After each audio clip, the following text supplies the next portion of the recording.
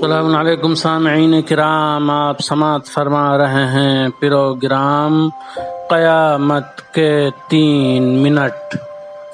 فرشتے نے صدقے کی فضیلت بتاتے ہوئے سورہ فاطر کی آیت نمبر 29 کی طرف اشارہ کیا، جس میں ارشاد خداوندی ہوتا ہے، جو لوگ کتاب خدا کی تلاوت کرتے ہیں اور نماز قائم کرتے ہیں اور ہم نے جو انہیں روزی عطا کی ہے اس میں سے پوشیدہ اور ظاہری طور پر انفاق کرتے ہیں، ان کی یہ تجارت بہت فائدہ مند ہے جس میں کبھی نقصان ہونے والا نہیں ہے۔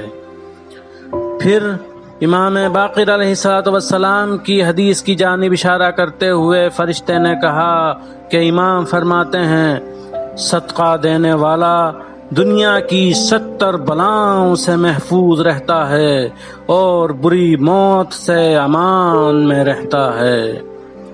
اب میں نے نامہ اعمال کی طرف دیکھا تو ایسا لگا کہ اب کچھ زیادہ دن باقی نہیں بچے ہیں، لیکن فرشتے نے میری سوچ کا جواب دیا، تم نے جو صدقہ دیا ہے، تم نے جو صلہ رحم کیا ہے، جو جماعت کے ساتھ نماز ادا کی ہے، جو اہل بیت علیہ السلام کی زیارتیں کی ہیں، جو دینی اور اسلامی نشستوں میں شرکت کی ہے، یعنی ہر وہ کام جو خدا کے لیے انجام دیا ہے، وہ زمانہ تمہاری زندگی میں شمار نہیں کیا گیا، اس لیے تمہاری عمر بڑھا دی گئی۔ بہت سے لوگ کچھ لوگوں کی مجبوری کو بہت ہلکے میں لیتے ہیں، حالانکہ اگر کسی کی مشکل حل کرنے کو قدم اٹھایا جائے تو یہ اٹھایا ہوا قدم دنیا میں بھی فائدہ مند ثابت ہوتا ہے اور آخرت میں بھی مفید ثابت ہوتا ہے۔ میں اپنے نامہ اعمال میں عجیب چیزیں دیکھ رہا تھا۔ مثلا ایک انسان نے مجھ سے راستہ پوچھا تو میں نے اسے اچھی طرح راستہ سمجھایا، اس نے مجھے دعا دی اور چلا گیا۔ میں اس کی دعا کے نتیجے کو بھی اپنے نامہ اعمال میں دیکھ رہا تھا۔ میں وہاں یہ بھی محسوس کر رہا تھا کہ خدا کی راہ میں انجام دیا ہوا کام دنیا میں بھی ہمارے بہت سے کام حل کر دیتا ہے۔ ہم عام طور سے کہتے ہیں، اچھا ہوا کہ اس سے برا نہ ہوا، خدا کا شکر ہے کہ جان بچ گئی اور مال ہی برباد ہوا۔ یہ سب چیزیں انہی بھلائیوں کا نتیجہ ہیں جو ہم مجبور لوگوں کے ساتھ انجام دیتے ہیں، بھلا کرتے ہیں، نیکی کرتے ہیں۔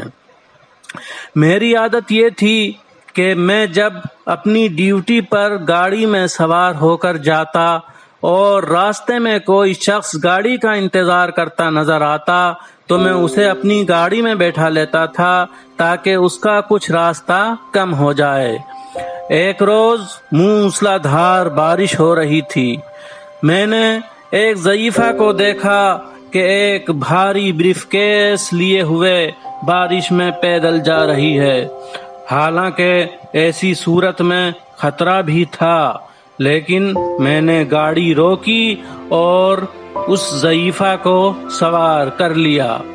اس کے بھیگے ہوئے بریف کیس نے میری گاڑی کی سیٹ بھی خراب کر دی، لیکن میں نے کچھ نہیں کہا۔ اس ضعیفہ نے جتنی دیر تک راستہ طے کیا تب تک مسلسل میرے مردوں کے لیے دعا کرتی رہی اور صلوات کا ہدیہ بھیجتی رہی۔ جب ضعیفہ گاڑی سے اترنے لگی تو اس نے کرایہ دینا چاہا، لیکن میں نے جواب دیا، مجھے کرایہ نہیں چاہیے، جتنا تم کرایہ دینا چاہتی ہو اتنی میرے مردوں کے لیے صلوات پڑھ دو۔ اس صلوات کا فائدہ مجھے اس وقت نظر آ رہا تھا۔ میرے گزرے ہوئے بزرگ اور رشتہ دار سبھی آ کر میرا شکریہ ادا کر رہے تھے کہ تم نے ہمارے لیے بہت بڑا کام کر دیا۔ واقعاً صلوات میں بہت زیادہ فوائد پوشیدہ ہیں۔ سلوات کے ثواب کو مرنے کے بعد ہی محسوس کیا جا سکتا ہے۔ اب داستان آگے کیسے بڑھتی ہے، اپنے 2 پل کیجئے فلک میڈیا کے نام، تاکہ اگلی قسط کو سن سکیں۔ داستان جاری ہے۔